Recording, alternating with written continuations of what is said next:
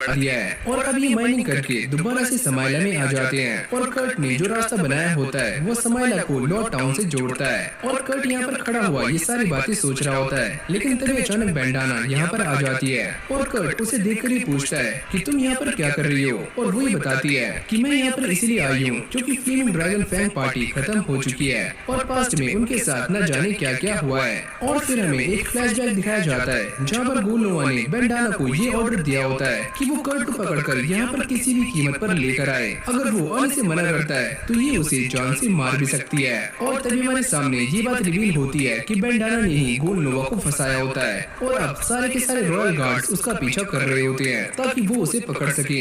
और इस तरह बैंडाना कर्ट को बता रही होती है कि उसे भी पार्टी से निकाल दिया गया है। और ये सुनने के बाद कर्ट काफी निराश हो जाता है। अब मेरे भी उस पार्टी में जाने की काफी कम चांसेस हैं। जिसके बाद बैंडाना उससे कहती है कि मैं ये जानती हूँ कि तुम वर्क स्टेशन में काम ढूंढने के लिए जा रहे हो, वैसे मेरे पास भी तुम्हारे लिए एक काम है और तुम मेरे दोस्त की शॉप में उसकी हेल्प कर सकते हो। और ये सुनने के बाद कर्ट थोड़ा बहुत सोचता है, लेकिन बैंडाना उसे मना लेती है। जिसके बाद वो उसी शॉप की तरफ निकल जाता है और फिर हमें ये बताया जाता है कि वो जिस शॉप में काम करने के लिए जा रहा है उस शॉप का ओनर एक अटेलियर मास्टर है जहाँ पर काफी सारे मैजिकल वेपन्स और मेडिसिन बनाई जाती हैं। और अगले सीन में कर्ट उसी घर के सामने पहुँच जाता है और जैसे वो बेल बजाता है तो अंदर से एक छोटी लड़की बाहर आती है और कर्ट उसे देखकर हैरान हो जाता है कि तुम एक अटेलियर मास्टर हो, पर ये लड़की एक एल्फ होती है और वो ये बताती है कि वो अटेलियर मास्टर के लिए काम करती है। जिसके बाद वो कर्ट को लेकर अंदर चली जाती है और जैसे ही कर्ट अंदर पहुंचता है तो वो ये देखकर काफी शॉक्ड हो जाता है क्योंकि इस जगह से काफी गंदी बदबू आ रही होती है।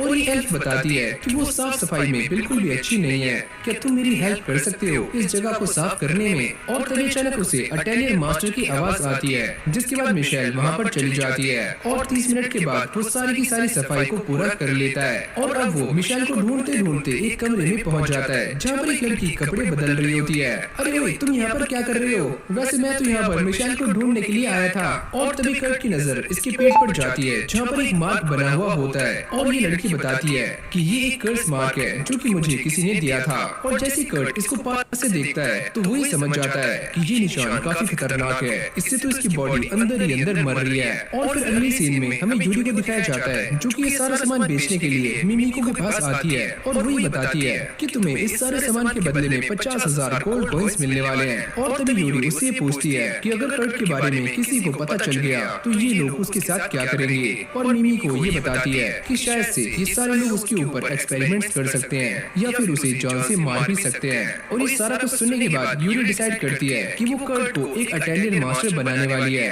और उसे अपने बॉडीगार्ड के रूप में